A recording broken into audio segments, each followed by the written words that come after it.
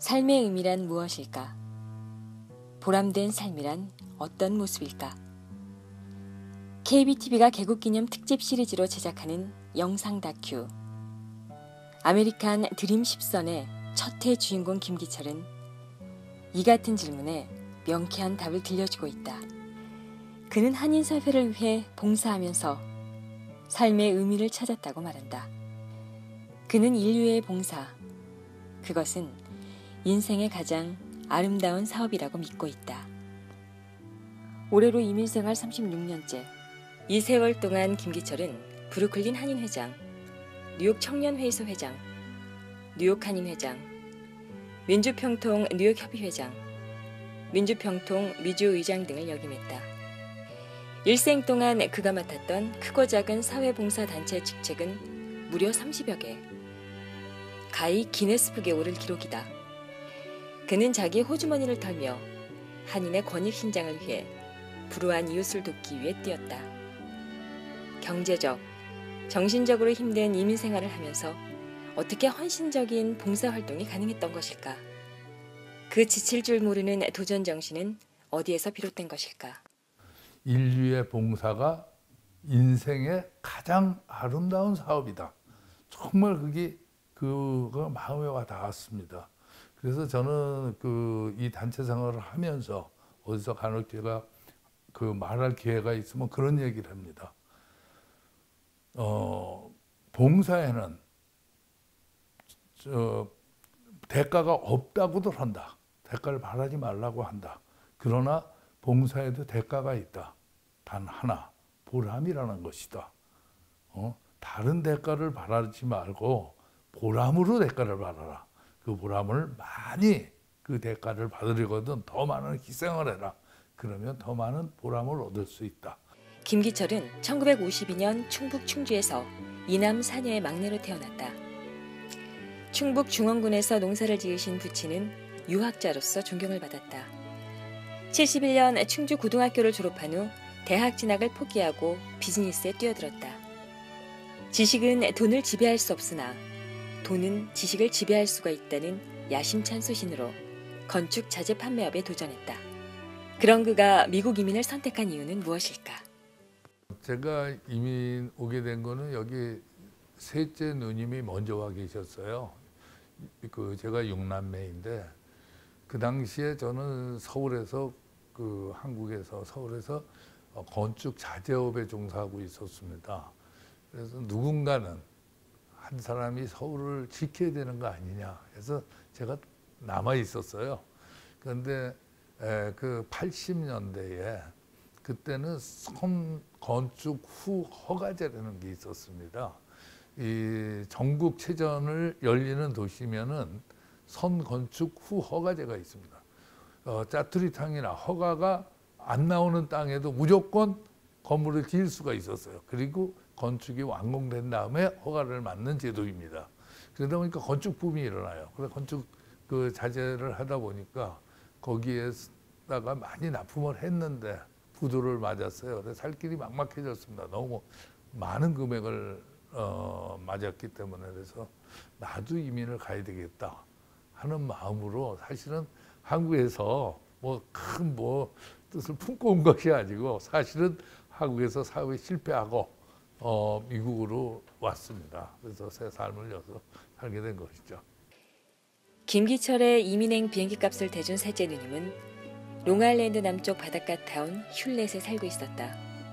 이민 초기에 그는 아내와 함께 누님 집에서 더부살이를 했다. 그의 말을 빌리면 2년간 쌀 한 톨 안 사고 매형 집에서 먹고 자며 버텼다. 그래서 그는 매형과 누님의 은혜를 잊지 못한다. 김기철은 뉴욕에 도착한 다음 날부터 매형이 운영하고 있는 맨하탄 34가 잡화가게에서 일했다. 81년도 1월 21일 날 이민 와서 22일부터 근무한 가게가 여기입니다.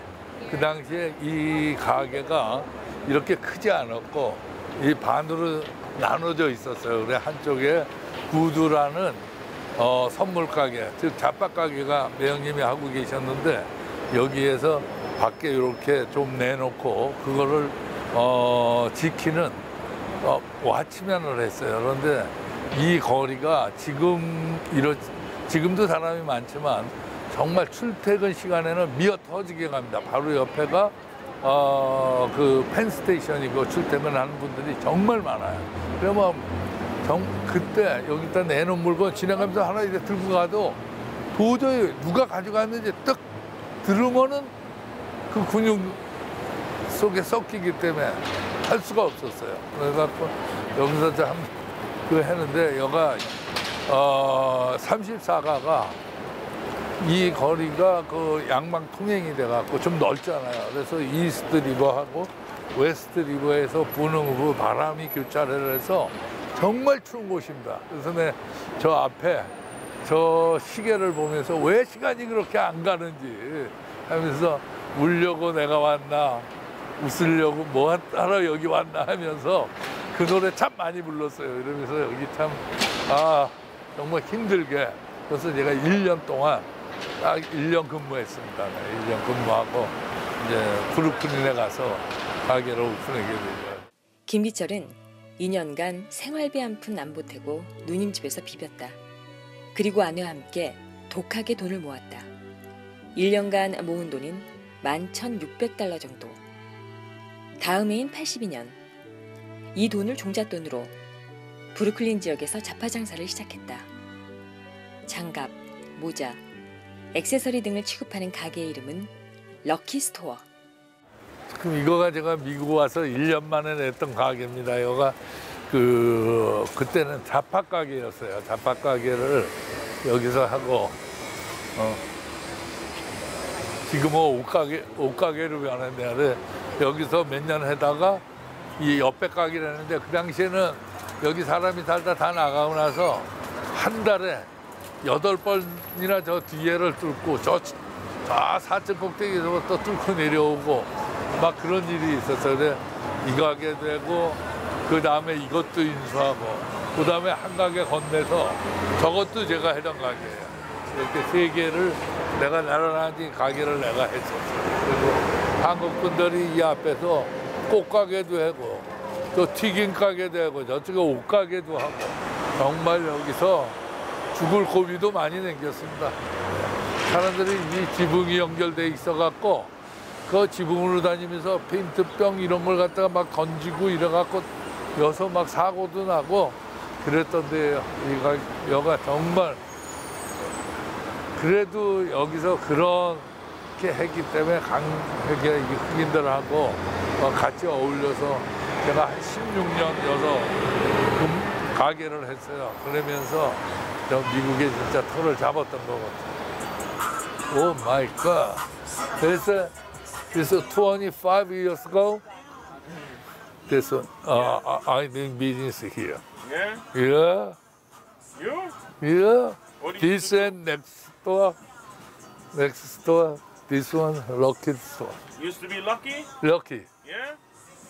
You remember that? I remember. Lucky store? That's you? That's mine, yeah. 브루클린에 럭키 스토어를 오픈한 지 2년 후인 82년. 그는 브루클린 한인의 창립 멤버로 참여한다. 인생의 의미를 찾는 봉사활동은 이때부터 시작된 것이다. 당신은 가게를 시작한 지 겨우 1년. 경제적으로 불안한 시기였다. 그런데 한인의 창립 멤버로 뛰어든 동기는 무엇일까? 브루클린 프레포시에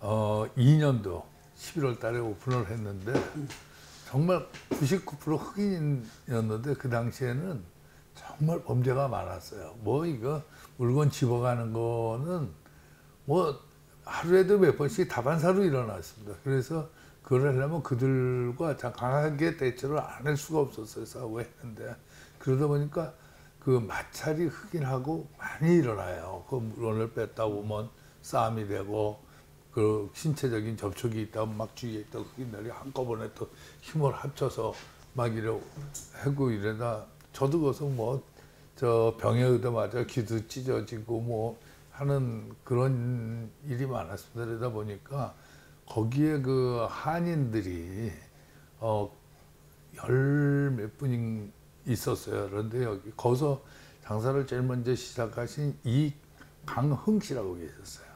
그분이 거기에 이제 필요성을 느껴서 우리 한인들이 한번 단을 빼서 힘을 합쳐자 해서 그 후레퍼시 상임 번영회로 만들자 하는 취지로 그게 만들었는데 출범할 때는 그게 브루클린 한인협회 현 브루클린 한인회 전시입니다. 1988년 김기철은 뉴욕 한인 청년회의소 창립 멤버로 참여한다. 청년의 지도자적 역량 개발을 목표로 설립된 청년회의소는 국제적인 조직이었다. 한국 청년회의소의 경우 정몽준, 조중건, 문희상 등 쟁쟁한 인물들이 회장을 역임했다. 그는 청년회의소 활동을 하면서 봉사의 원칙, 진정한 봉사 자세, 봉사 정신 등을 배웠다. 나름대로의 봉사 철학도 터득했다. 청년회의소는 그의 사회, 봉사활동의 지평을 넓혀주었다. 1989년 청년회의소 2대 회장이 됐다. 회장 재임 기간 중 한국청년회의소와 자매결연을 맺고 카네기홀에서 한인단체 최초의 피아노 컨테스트 등을 개최했다. 1990년 푸에르토리코에서 한국 뉴욕 청년회의소 대표 간부들이 참석하는 한미 제2정상회담을 주관하기도 했다. 같은 해 빙햄턴 뉴욕 컨벤션 센터에서 전명숙 무용단의 한국 고전무용 공연 무대를 마련했다. 이 행사 진행 과정에서는 웃지 못할 해프닝이 발생하기도 했다. 그 당시에 전명숙 무용단이 그 시라큐스 우리 청년 대회에서 JC 대회에서 공연을 하기로 됐습니다. 그래서 우리가 캠핑 카트를 빌려서 우리 뉴욕 한인의 26대 회장을 했던 이세정 씨가 운전을 하고 거기로 가기로 했어요. 그런데 우리가 길을 잘못 들어서 저기 그 몬트리올까지 올라갔다가 다시 이 알바니로 해서 시라큐스로 오는 그런 해프닝이 있었습니다. 김기철의 다양한 사회봉사활동이 돋보이는 것은 각 봉사단체의 회장이 아니라 조직, 총무부장 등 실무 직책부터 시작해 풀뿌리 봉사의 기초를 배우고 실천했다는 점이다. 그는 뉴욕 한인의 역사의 산 증인이기도 하다. 그는 조병창 씨가 회장에 당선된 86년부터 한인의 활동에 참여했다. 이어 이문성, 변종덕 등 무려 7명의 회장을 도우며 일했다. 그것은 훗날 한인회장, 평통 부의장 등으로 활동하면서 보여준 탁월한 리더십의 바탕이 되었다. 제가 그 83년도에 브루클린 한인회를 저희가 참여해서 활동하다 보니까 그 당시에 뉴욕 한인회 회장 선거가 86년도에 있는 선거가 그 조기 과열이 된 적이 있습니다. 그때 제 기억으로 민경완 씨, 경제협회 회장을 지내셨고 또 실업인협회 회장을 지내셨던 이석규 씨, 또 같은 경제협회 회장을 지낸 바로 그 조병창 회장님 이렇게 3파전이 됐어요. 그때 정말 과열이 됐다가 진행이 되고 그 단일 후보로 조병창 회장님이 되시는 과정에 그 제가 그 소개로 조병창 회장님을 돕게 됐습니다. 조병창 회장님이 한인회의에 입성을 하시면서 꼭 와서 같이 활동을 하자 하시는 바람에 참 그 못 부리치고 고사하다가 거기 들어갔습니다. 저는 그 봉사는 권력기관도 아니고 그 누구랑도 같이 할 수 있는 게 봉사라고 생각을 해요. 그러다 보니까 조병창 회장님 이후로 다른 회장님들과도 계속 같이 거서 했습니다. 제가 맡은 게 조직부장, 부총무, 총무, 뭐 평이사, 부총무이사, 총무이사, 이사장까지 부이사장, 이사장하고 집부행부에서도 부회장까지 다 설력을 했습니다. 2001년 초 김기철은 뉴욕 한인회장 선거에 출사표를 던졌다. 이 선거 전에는 김기철, 김석주, 최영태 등 3명이 경합을 벌였다. 경합은 치열했지만 선거 관계자들은 김기철 후보의 당선을 예상했다. 뉴욕 한인회에서 15년 이상 잔뼈가 굵은 그는 준비된 한인회장 후보였기 때문이다. 그러나 개표 결과는 김석주 후보의 당선이었다.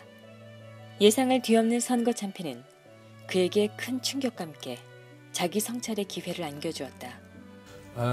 저도 그동안에 이제 그 당시만 해도 뉴욕 한인회에서 16년 활동을 했고 해서 여기 또 단체 활동하시는 분들도 많이 하고 해서 누가 나와도 당선되리라고 저도 믿었고 좀 자만하지 않았나 그런 생각을 했습니다. 그리고 떨어졌을 때 정말 충격이 컸어요. 그래서 한 번도 만나지 않고 집 지하실에서 올라오지도 않고 일주일 겪은 그런 시절도 있습니다. 그렇지만 밥을 다시 먹었어요. 이거는 내가 싸움에서 진 게 아니고 경쟁에서 졌을 뿐이다. 다시 열심히 해서 하면 되지 하고 그때 떨어지고 제가 저희 집 지하실에서 낙선 파티를 좀 했습니다. 그동안 저를 도우셨던 분들을 그룹별로 해갖고 2달 동안 매주 주말에 집에서 그분들을 초청해서 함께 식사도 하고 얘기를 나누는 그런 계기를 갖고 또 제가 자만했던 거를 좀 많이 뒤돌아보는 왜 졌을까? 왜 상대방에 가 있는 분들 저분들은 하고 내가 경험을 못 느끼고 내 편으로 못 만들었을까 하는 생각도 해보고 그렇다면 내가 회장이 되었다면 어떤 일을 할 수 있을까 할까 하는 것을 그때서부터 메모를 좀 하기 시작했습니다. 2003년 와신상담하던 김기철은 28대 한인회장 선거에 재도전했다. 후보 등록 과정에서 김기철은 당선을 반대하는 사람들이 자격 시비를 걸었다. 정면 돌파의 승부수로 맞섰다. 그리고 단독 후보로 출마. 무투표 당선됐다. 한인회 회장이 되기 전부터 생각했는 게 한인회는 우리 한인들 힘으로 운영이 되어야 된다는 게 소신이었습니다. 그래서 제일 처음에 제가 한 것이 한인회비 걷기 운동을 했습니다. 1년에 10불씩 한인회비 내기 운동을 해갖고 그 당시에 제 13만여 불이 넘는 회비를 얻었습니다. 그것은 회비를 내신 분들은 한인회에 대해서 관심을 갖는 거가 더 큰 일이었어요. 10불보다도 10불을 한인회비를 내신 분들은 한인회에 관심을 갖기 시작을 했어요.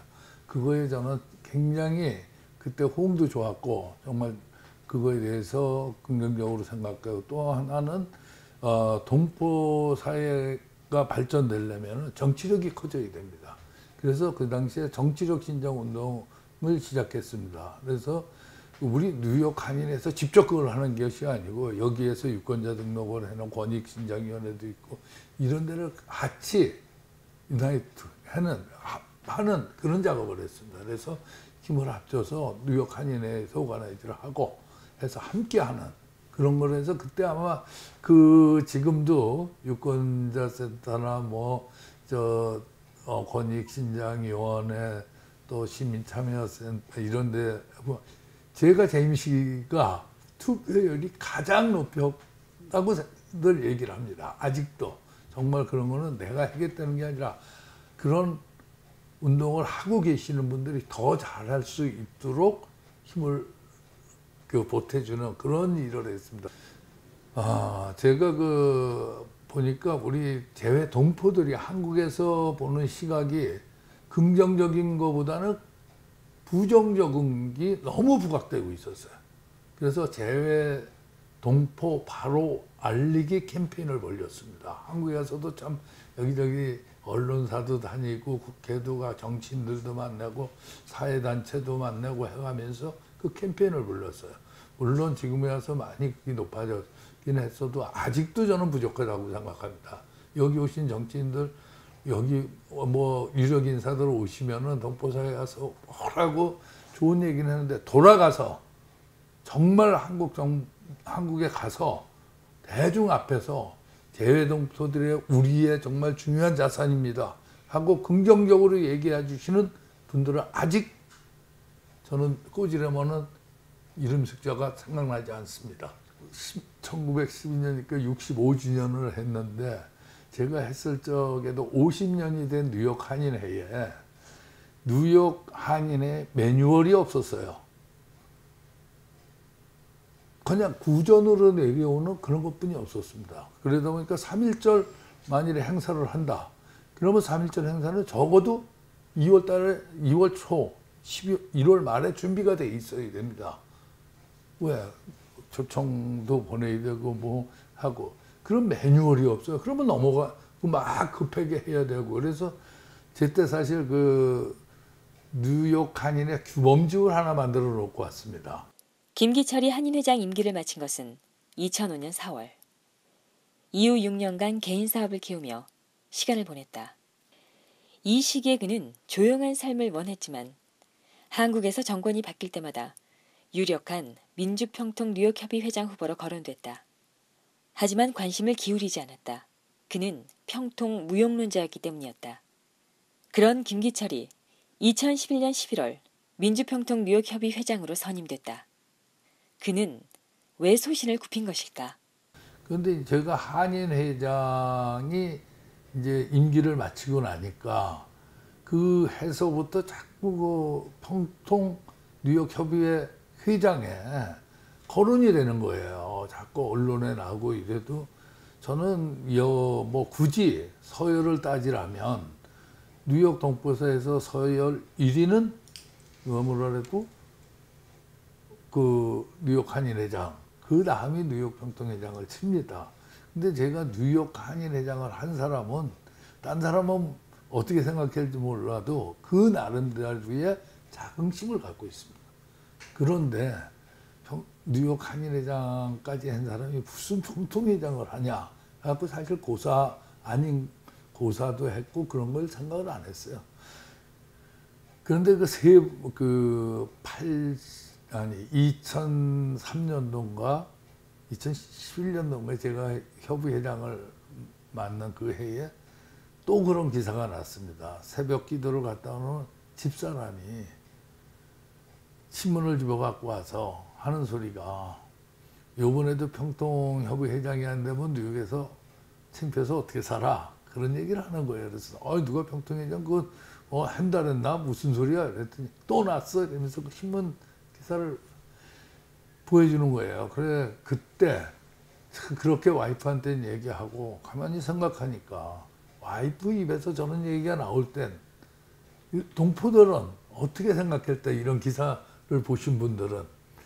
그래서 야, 저 불필요한 조직을 필요한 조직으로 한번 만들어 보면 어떻겠냐 하는 생각을 해봤습니다. 그리고 평통을 뒤다보기 시작을 했는데 한인회와 달리 조직력이 좋아요. 그러다 보니까 맨파워가 좋습니다. 그래서 저 단체를 동포사에서 필요한 단체로만 바꾼다면 정말 그거 해볼 만한 일이겠구나 하는 생각을 가지고 한번 그거를 맡기로 마음을 먹고 시작을 했습니다. 평통은 전두환 정권 시절 평화통일에 대한 정책을 건의하는 헌법기구로 출범했다. 각 지역 평통협의회장은 물론 평통위원까지 대통령이 임명했다. 그래서 정권이 바뀔 때마다 뉴욕 평통협의회장 자리를 놓고 예상 후보자들끼리 치열한 물밑 경쟁을 벌였다. 김기철은 어떻게 이 같은 경쟁을 뜯고 평통회장으로 선임됐을까? 이 질문에 그는 금맥보다 좋은 인맥이 있었기에 가능했다고 말한다. 이제 협의회장을 한번 해야 되겠다 마음을 먹고 참 정면 돌파라 할까 그걸 시작했습니다.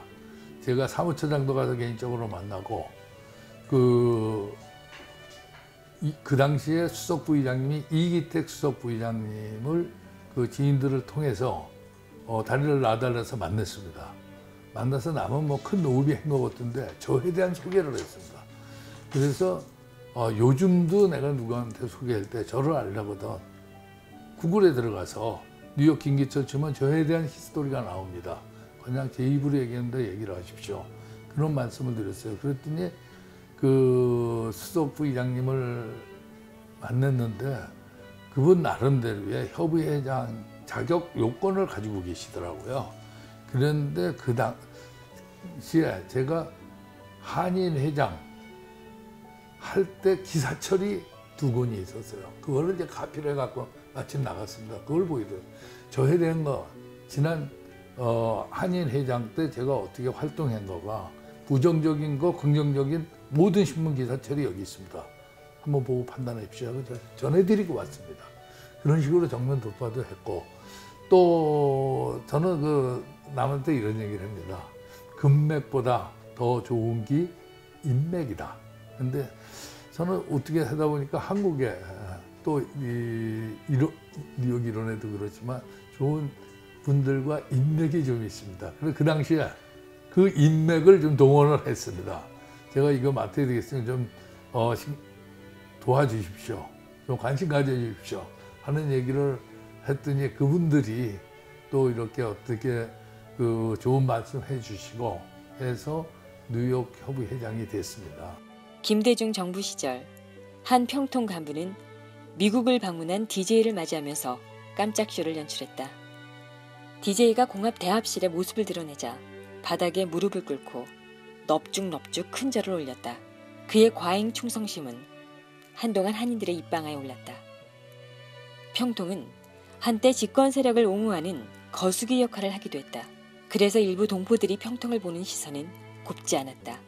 김기철은 이 같은 평통에 새바람을 불어넣었다. 2년 동안 평통 활동을 하면서 평통 의원들이 그때 187명이었습니다. 뉴욕 협의회에. 정말 열심히들 도와주고 열심히 함께 했어요. 그래서 최초로 통일 학교도 제가 개설해 갖고, 왜? 그건 통일 학교라 해서 무슨 뭐 이렇게 크게 한 게 아니라, 통일 학교라는 건 민주평통 위원이 됐으면 위원들부터 좀 공부 좀 시켜야 되겠다 해갖고 그 당시에 8주에 걸쳐서 통일학교도 운영했고, 또 여기에 그 청소년들 중고등학교, 대학교, 대학원생을 두 팀으로 나눠서 한국연합도 시켰고, 또 뭐 이런 일을 다양하게 하면서도 저는 제일 제가 한 중에 긍정적인 것을 뽑으라면 일반 동포들이 좀 그 평통에 대해서 관심을 갖기 시작을 하지 않았나, 그런 생각을 하고 있습니다. 그 이후로 제가 부의장이 돼서도 각 협의회를 다니면서 그런 얘기를 합니다. 지금 동포들로부터 평통이라는 데가 외면을 받고 있다. 그게 왜 그렇다고 생각하는 걸 놓고 고심을 해봐라. 그리고 평통위원의 역할이 뭐냐고 물었을 때 사전적인 대답은 이렇습니다. 대통령에게 대한민국 통일을 위해서 자문하는 기구, 정책을 자문하는 기구입니다. 그렇게 인식이 되어 있습니다. 틀에 박혀 있습니다. 그런데 제가 그걸 깨자고 했습니다. 통일만, 정책을 건의하는, 자문만 하는 기관은 아니다. 이렇게 했습니다. 왜? 제가 장사꾼입니다. 제가 비즈니스 하고 있는데 저 통일 전문가 아니거든요. 왜 뉴욕 일원에 그 당시에 187명을 뒀냐? 여기서 역량을 인정받으신 분들입니다. 그러면은 저는 그렇게 생각했어요. 그 역량을 물론 한국의 통일을 위해서도 하지만 동포 사회의 발전에 기여하라는 것이다. 동포 사회가 발전되면 대한민국, 우리 조국 대한민국에도 그 영향이 미칠 것이고, 또 대한민국이 발전되면 통일도 빨리 될 거 아니냐. 이게 바로 통일운동 아니겠냐.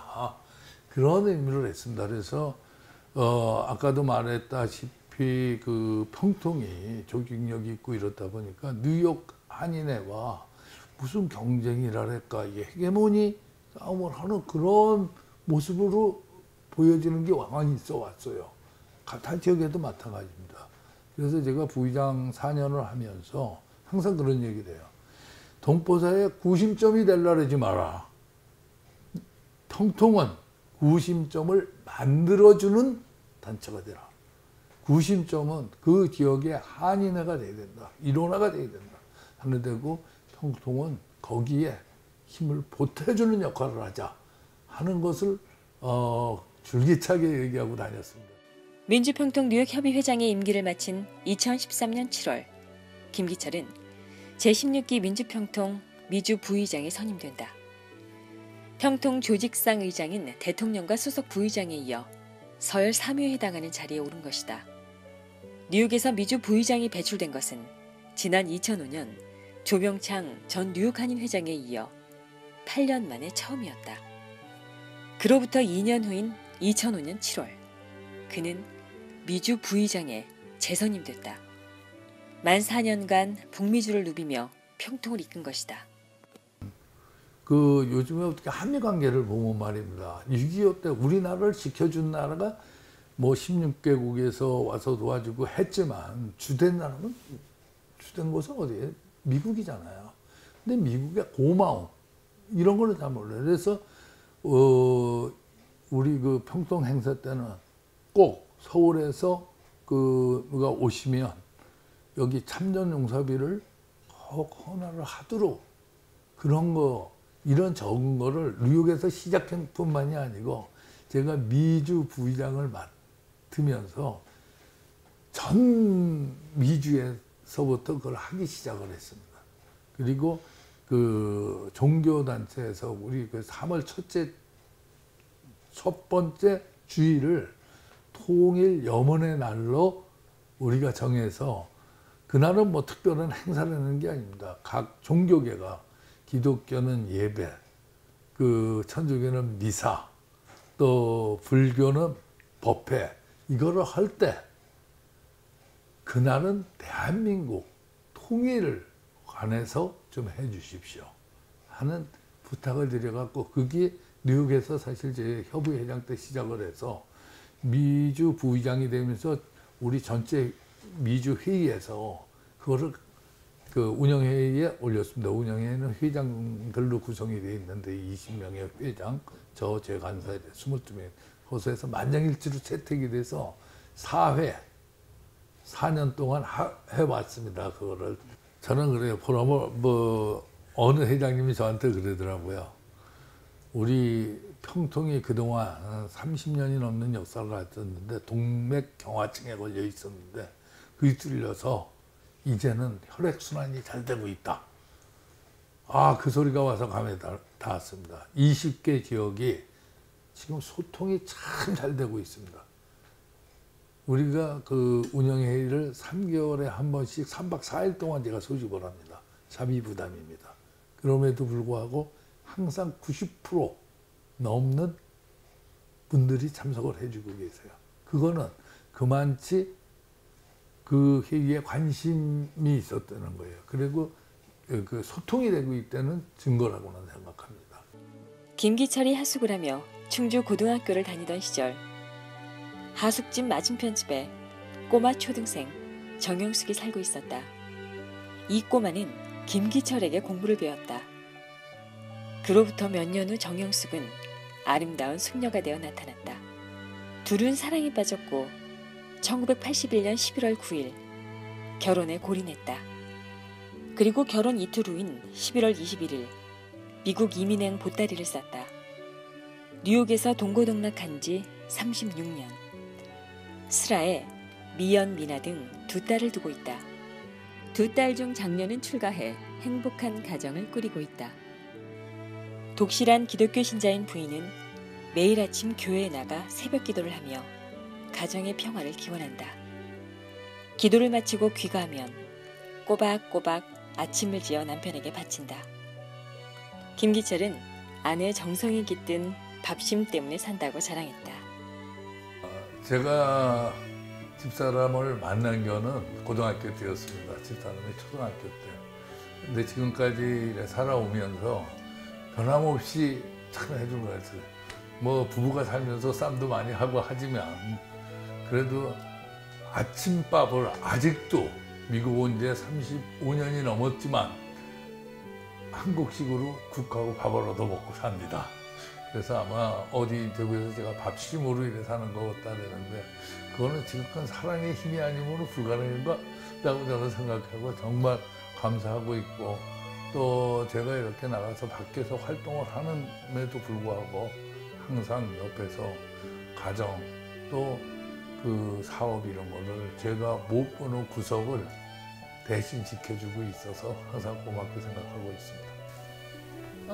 내가 보기에는 내 남편은 가정적으로는 뭐 저한테나 애들한테나 그래도 잔정은 좀 있어서 애들한테 전화 거는 건 저보다 더 많이 하고 이래요. 그리고 이제 정은 많은데 이 작은 데서 있는 것보다는 좀 큰 데 나가서 등치 좀 봐요. 얼마나 큰가. 그래가지고 좀 바깥에 나가서 큰 봉사 활동을 하고 큰 사회 활동을 하는 사람이구나. 그래서 좀 제가 좀 더 서포트를 해준 것 같습니다. 저는 하나 기도가 뭐냐면 다른 애들 기도보다도 우리 남편을 하나님 앞으로 끌어달라고.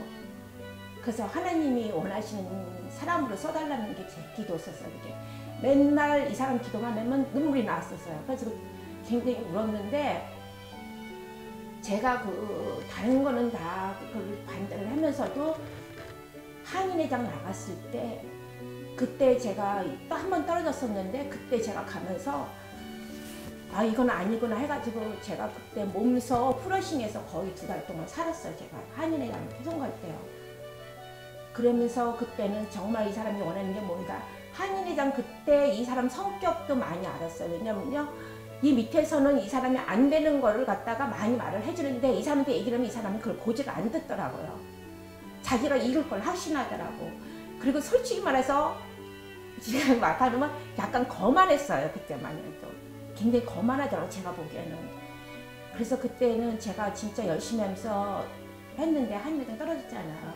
그래서 그것도 다 하나님이 너무 거만한 걸 꺾기 위해서 이렇게 했는가 보다 해가지고 했는데 그 다음에 이제 한일회장 하고 나서 그 다음에 이제 형통하고 뭐 이렇게 했는데 계속 한인사회를 위해서 봉사하고 이러면서도 저는 항상 그것이 하나님 앞에서 이 사람이 쓰기 위해서 훈련을 시키는 거라 생각을 했어요. 김기철 부부는 1996년부터 롱알랜드에서 뷰티 서플라이 업체인 럭키 뷰티 서플라이를 운영하고 있다. 이 업소는 해가 질 줄 모르는 뷰티샵이다. 길목이 좋고 상권이 발달된 지역에 자리 잡고 있어 언제나 고객들로 붐빈다. 매출도 해마다 뛰어오른다. 김기철은 사회봉사단체장과 가장으로서만이 아니라 비즈니스맨으로도 성공을 거둔 것이다. 3마리의 토끼를 동시에 잡을 수 있었던 비결은 무엇일까? 글쎄, 저는 그 단체 생활하면서도 책임을 진다랬는데 저는 그 스토어 앞에 제가 하는 비즈니스 앞에 그 시간을 붙여놨습니다. 몇 시에 열고 몇 시에 닫겠다. 그걸 한 번도 어긴 적이 없습니다. 거의 뭐 어긴 적이 없습니다. 그거는 손님들에게 약속입니다. 그렇듯이 저는 9시에 비즈니스 오픈하면 정확하게 9시에 오픈을 합니다. 저는 이런 단체 생활을 하면서도 제 비즈니스를 등한히 해본 적이 없습니다. 그리고 이 철저한 이 소매업은 장사꾼이 되라고 저는 얘기합니다. 제가 제 종업원들이 들어오면 종업원들에게 하는 얘기가 있습니다. 제가 우리 집에 강아지가 한 마리 있는데 강아지가 내 기분을 안다. 기분 좋을 때와 기분 나쁠 때를 안다. 정말 손님들을 진심을 갖고 고맙게 생각해라. 저 친구들이 있기 때문에 우리한테 와서 물건을 팔아주기 때문에 내가 이 집에서 일할 수 있고 공급을 받을 수 있는 거고 그런 고마움을 진심을 담아서 정말 땡큐 하는 자세로 임하라 하는 얘기를 합니다. 그렇듯이 장사하시는 분들은 철저한 장사꾼. 장사꾼이 뭡니까? 옛날에 한국에서는 상놈이라고 했습니다. 왜? 자기 주장 없이 손님들 비율을 맞추는 직업이라 해서 상놈이라고 했습니다. 그렇지만 그게 바로 상인의 정신이라고 저는 생각합니다. 정말 자기를 없애고 손님 입장에서 손님의 비율을 맞추는 것이 저는 장사라고 생각합니다. 정말 적은 데까지도 신경을 쓰는 그런 장사꾼. 저는 그 소리를 듣고 싶은 사람입니다. 지난 8월 김기철은 영원한 마음의 고향인 뉴욕 한인회관을 찾았다. 그리고 김민선 회장의 안내로 이민사 박물관의 개관 준비 상황을 둘러보며 성공적인 개관을 위한 의견을 나누기도 했다. 그는 지난 7월 민주평통 미주 부의장으로서의 4년 임기를 마쳤다. 하지만 봉사활동은 계속되고 있다. 최근에는 역대 뉴욕 한인 회장단 협의회 의장을 맡아 한인회의 발전을 위한 쓴소리를 마다하지 않고 있다. 김기철은 금맥보다 더 좋은 것은 인맥이라고 믿는 사람이다. 그는 인맥 관리를 위해 일주일에 2~3차례 지인들과 골프를 치며 친목을 다진다. 매주 일요일 오후에는 아내와 골프를 친다. 싱그러운 필드를 누비며 소통의 시간 갖기. 그것은 가장 소중한 인맥인 아내를 다독이는 최선의 비결이라고 김기철은 귀뜸한다. 도전과 봉사 일생 36년. 김기철은 이 같은 삶으로 뉴욕 시의회 사회봉사상, 미 하원의원의 사회봉사상, 대한민국 국민훈장 모란장 등을 수상하는 영예를 누렸다. 그의 소망은 무엇일까? 저는 꿈이 있다면 제가 여기 살고 있고 내 자식들이 여기 살고 있습니다. 그럼 내 후세들이 살아가야 될 땅이 이제는 우리의 조국 대한민국이 아닌 바로 미국이 땅이 됐습니다. 정말 이곳에서 우리 한인 동포 사회가 발전해서 주류 사회와 동등한 그런 대우를 받을 때까지 함께 노력해 가는 일입니다. 그래서 저는 제가 항상 주인공이보다는 주인공을 서포트도 하는 그런 역할을 제가 해보고 있습니다. 정말 여기서 제목, 그 정치인의 제목을 찾아내서 큰 정치인으로 발전되도록 우리가 도와주고 하는 일에 동참하고 함께하고 싶은 게 제 소망입니다. 김기철은 봉사는 가장 아름다운 사업이라고 믿는 사람이다.